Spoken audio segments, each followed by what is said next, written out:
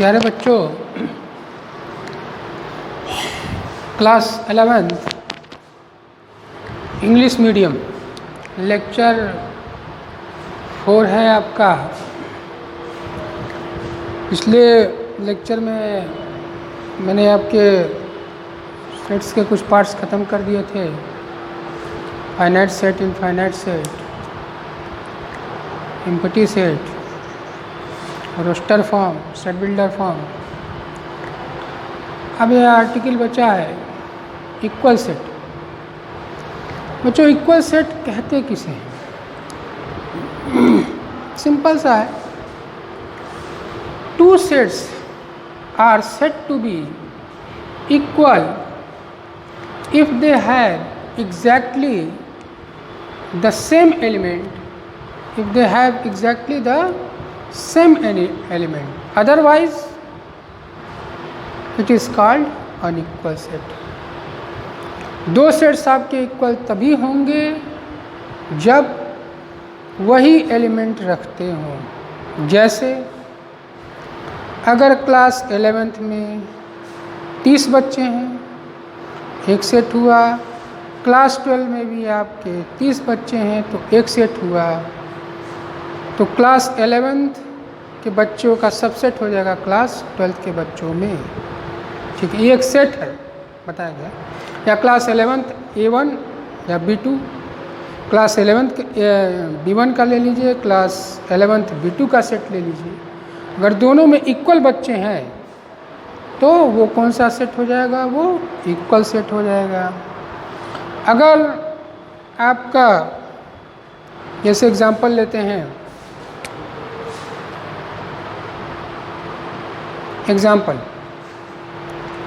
A is equal to आपका है 1 2 3, natural number है 1 2 3 4। B इज इक्वल टू ये आपका 4 1 2 3। क्या ये इक्वल सेट है?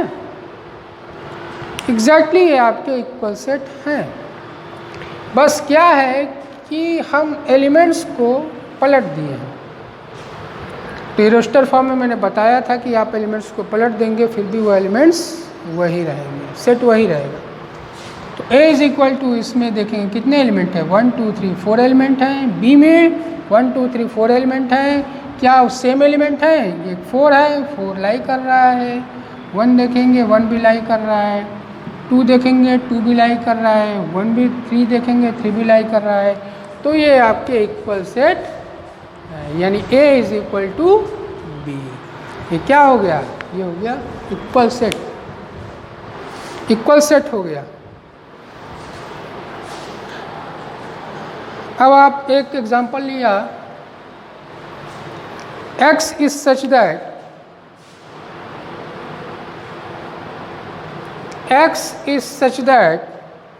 x is a multiple of 10। ये आपके एक्सरसाइज में है, x is a multiple of 10। x is a multiple of 10। ये आपका B है।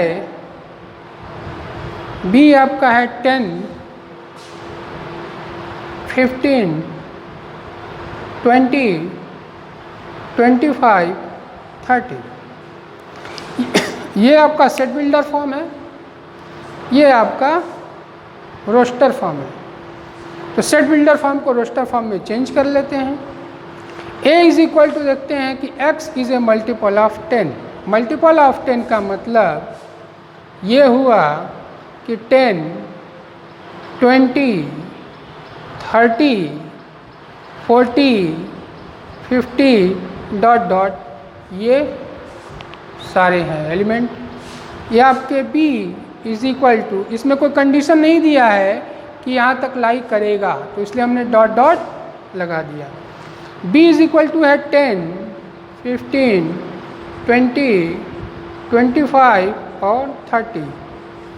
अब आप हमें ये बताइए, 10 तो लाई कर रहा है, चलिए 10 लाई कर रहा है, 20 लाई कर रहा है, 30 ये भी लाई कर रहा है। इसमें ए का एलिमेंट है, ये आपका ए का एलिमेंट है, ए।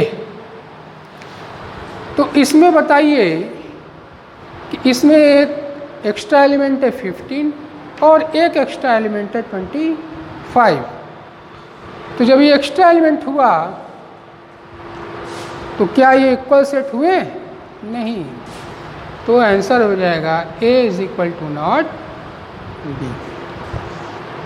ठीक है बच्चों, आपके लिए होमवर्क है कि एक्सरसाइज का उसमें आपके दिया है एक्सरसाइज कि कौन से इक्वल सेट्स हैं और कौन से इक्वल सेट नहीं हैं, तो आप वो पूरा करके दिखाइएगा।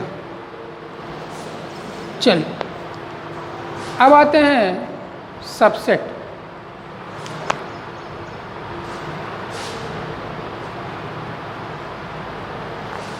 भाई सबसेट क्या होता है?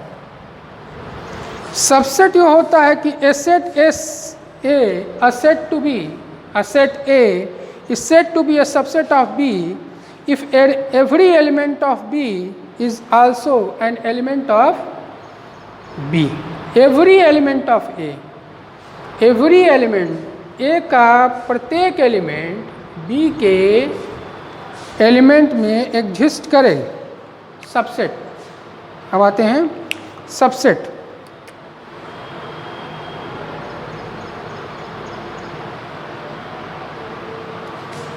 A subset A subset. Subset का मतलब क्या हुआ? सेट का सब का मतलब part.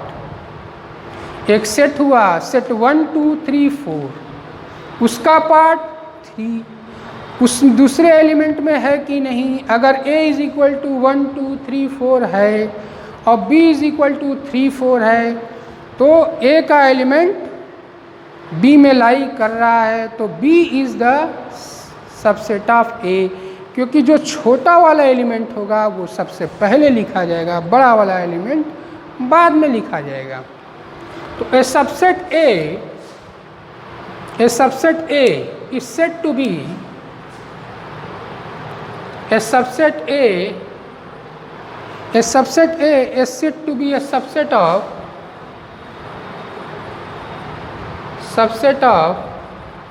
B। subset of B, a subset A is said to be a subset of B if every element of A is also an element of B। इसको लिखेंगे कैसे? A is subset of B if A belongs to A, if A belongs to A, that is A belongs to B। मतलब A में भी हो, A एक element है A का, ए सबसेट का, और B का एलिमेंट ये, ठीक। A is belongs to A और A belongs to B, यानी A is subset of B क्या होगा? ये कंडीशन हो जाएगा if A belongs to A implies that A belongs to B। Since, लिख लीजिए, since the empty set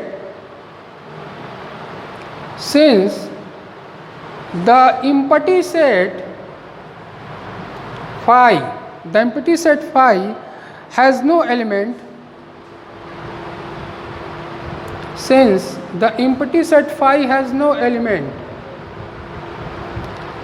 भाई एम्प्टी सेट मैंने पढ़ाया है, एम्प्टी सेट में मैंने आपको बताया था एम्प्टी सेट को प्रदर्शित करने का तरीका फाई या ये कर्ली ब्रेसेस था, फाई या curly braces.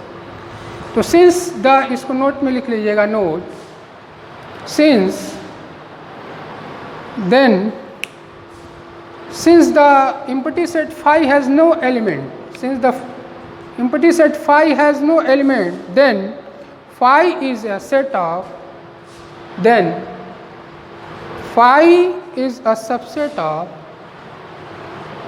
phi is a subset of every set. Phi is a set of every set. चूंकि एम्प्टी सेट फाई कोई एलिमेंट नहीं रखता है, फिर भी फाई क्या है? एवरी सेट का सबसेट है। जैसे मैंने आपको एग्जांपल दे रहा हूं, मैं नोट कर लीजिएगा। एक क्वेश्चन है,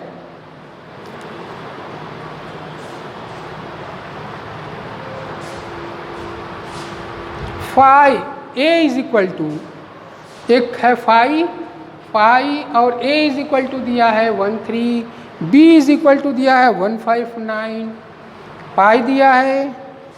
क्वेश्चन है आपका pi a is equal to 13, b is equal to 159, b is equal to 159, c is equal to 13579। ठीक है, तो इसमें बताना है कौन सबसेट है कौन नहीं है। ये आपके एक्सरसाइज का क्वेश्चन है।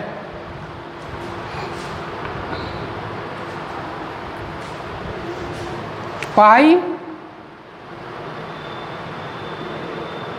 डैश है बी, बताएं फाई जो है क्या सबसेट है बी का? फाई एक सबका सबसेट है, फाई ए का भी सबसेट है, फाई बी का भी सबसेट है, फाई सी का। फाई हैज़ नो एलिमेंट, तब पर भी वो सबसेट क्या हो? एवरी सेट का है।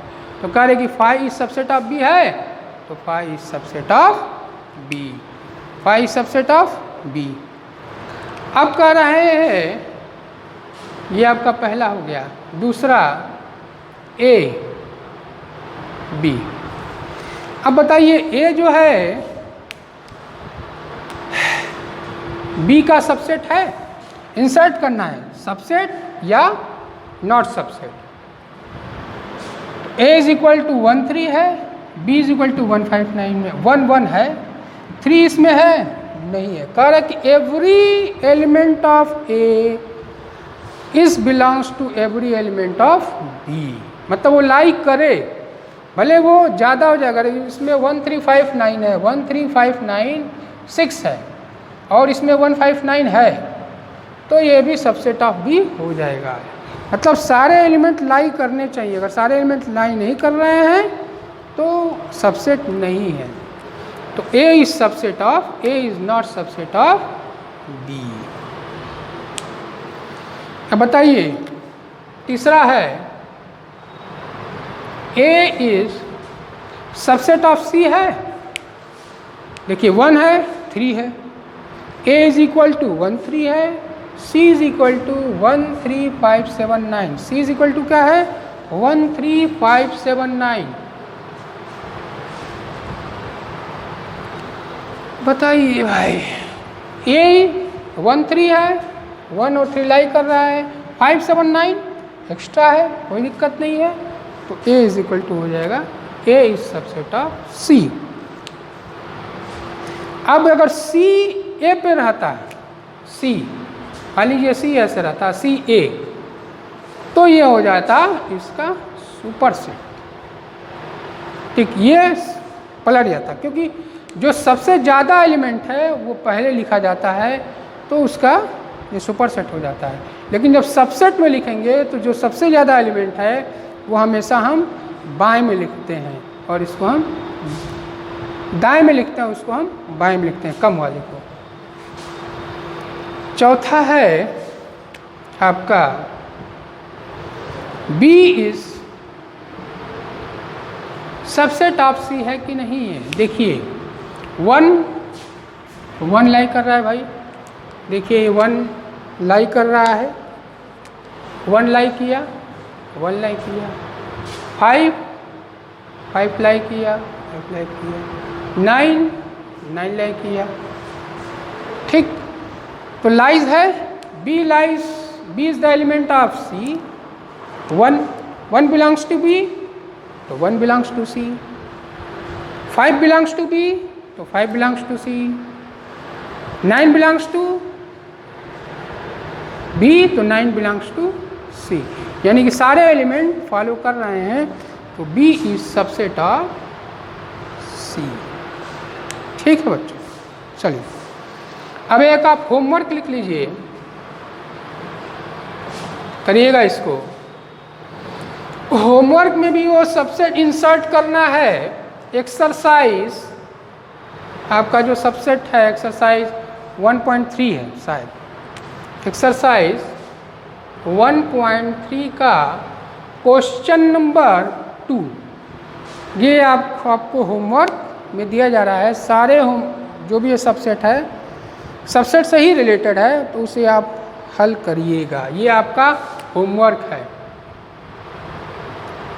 ठीक है। चलिए अब एक आते हैं,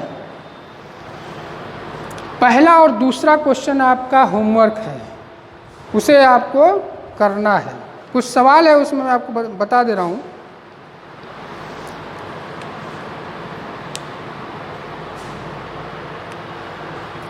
तीसरा क्वेश्चन है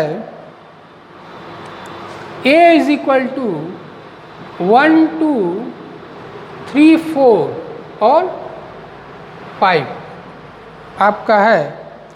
तो इसमें बताना है कि दिया है कि स्टेटमेंट बताइए करेक्ट है या इनकरेक्ट। तो पहला क्वेश्चन है 3 4 इज सबसेट ऑफ A, ये इनकरेक्ट है या करेक्ट है। तो अब देखिए कर्ली ब्रेसेस में हमने लिखा 3 4 यानी 3 A में बिलोंग करे, 4 A में बिलोंग करे। लेकिन हम देख रहे हैं कि सेट A जो है ये 1 है 2 है, ये कर्ली ब्रेसेस में जो 3 4 लिखा है ये एक एलिमेंट है, न कि 2 एलिमेंट है, और ये इसके बाद 5 है। तो 3 4 ये 2 एलिमेंट हैं और यहाँ पे शो कर रहा है A में एक एलिमेंट है, ठीक। तो ये 3 4 सबसेट ऑफ A क्या है, ये आपका इनकरेक्ट है। क्या है बच्चों, इनकरेक्ट। इसे करेक्ट मत लगा दीजिएगा।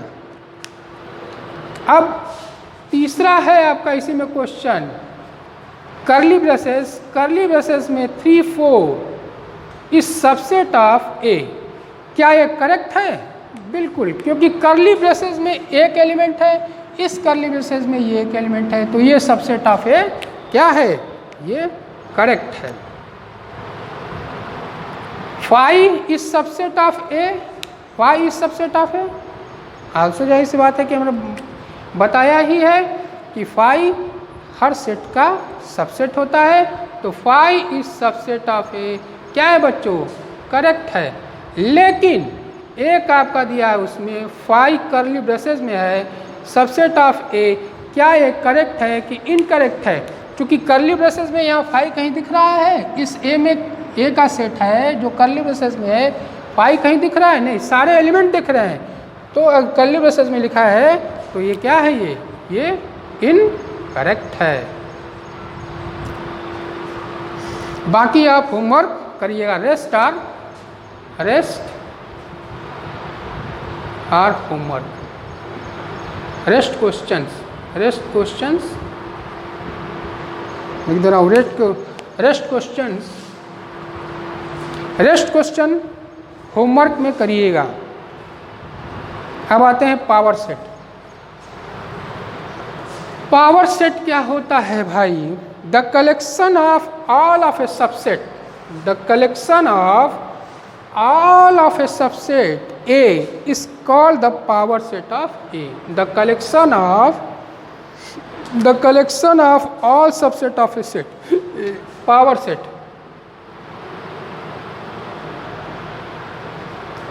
The collection of all subset of a set A, all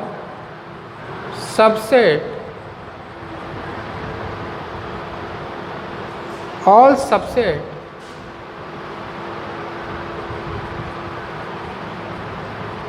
of A set A is called the power set of A. Power set of A.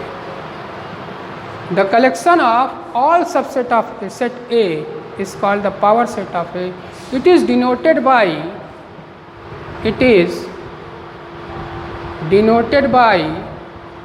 power of. For example देखते हैं, कोई set ए है A B, मैंने भाई इसका क्या होगा power set, इसका पावर सेट 2 एलिमेंट है तो इसका पावर सेट होगा, सबसे पहले होगा फाई, एक फाई उसका पावर सेट होगा, सबसेट होगा, phi is a subset of every set phi. इसके बाद है आपका ए, कह रहा है ना कि the collection of all subset of A is called the power set of A. A हुआ, फिर बी हुआ और फिर ए बी हुआ, तो ये आपके कितने एलिमेंट हो गए? 4 एलिमेंट हो गए। यानी अगर 2 एलिमेंट है तो उसके पावर सेट कितने हुए? 4। अगर 3 एलिमेंट है तो उसके पावर सेट कितने होंगे? 9। 3 एलिमेंट है तो उसके पावर हो जाएंगे 8। मतलब अगर 3 एलिमेंट हैं तो उसकी एलिमेंट हो जाएंगी, पावर सेट 8 हो जाएगा। In general, it can be written as, in general, if A is a set with number of A is equal to A, note, if A is a set with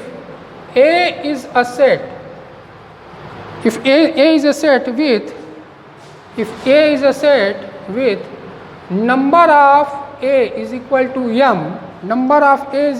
m, then it can be shown that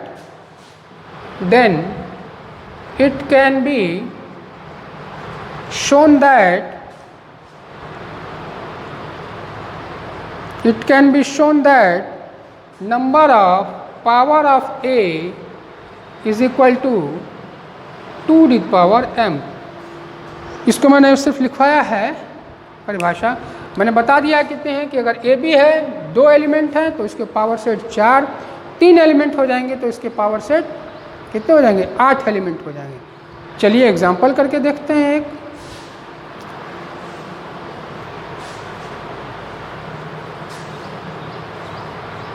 एक example करके देखते हैं कि अगर A is equal to A B C है, A is equal to A B C, A is equal to A B C.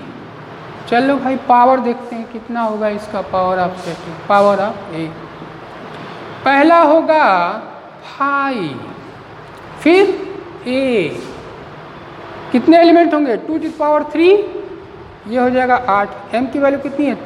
3 element है तो 3, 2 2 जा 4, 4 2 जा 8, तो ये हो जाएगा ए, ये हो जाएगा बी, ये हो जाएगा सी। ठीक है बच्चों, अब आते हैं, एक एलिमेंट बचा ए बी, फिर दूसरा एलिमेंट बचा बी सी, तीसरा एलिमेंट बचा ए सी और लास्ट वाला बचा ए बी सी। बच्चों गिनो कितना है एलिमेंट? ये 1 है, ये 2 है, ये 3 है, ये 4 5 6 7 8 एलिमेंट हुआ जो कि ये फॉलो कर रहा है रूल को। ठीक है, तो पावर सेट अगर 3 एलिमेंट हैं तो उसके पावर सेट के अंदर अगर किसी सेट में 3 एलिमेंट हैं तो उसका पावर सेट पूछ रहा है तो उसका पावर सेट 2 के पावर हम कर देंगे, जितने एलिमेंट हैं उसका 2 के पावर कर देंगे। 4 एलिमेंट है तो 2 के पावर कर देंगे, 5 है तो 2 के पावर, उतना पावर सेट आ जाएगा। ये आपके बोर्ड क्वेश्चन में पूछा गया है और आपके कंपटीशन में भी पूछा जाता है अधिकतर, चाहे वो कोई एंट्रेंस एग्जामिनेशन हो, चाहे वो कोई बोर्ड एग्जामिनेशन हो, ये आपका पूछा जाता है पावर सेट। ये बहुत इम्पॉर्टेंट टॉपिक ये है, इम्पॉर्टेंट है कि अगर 3 एलिमेंट हैं तो उसके पावर सेट कितने होंगे। ठीक है बच्चों, और बाकी आपका है एक्सरसाइज।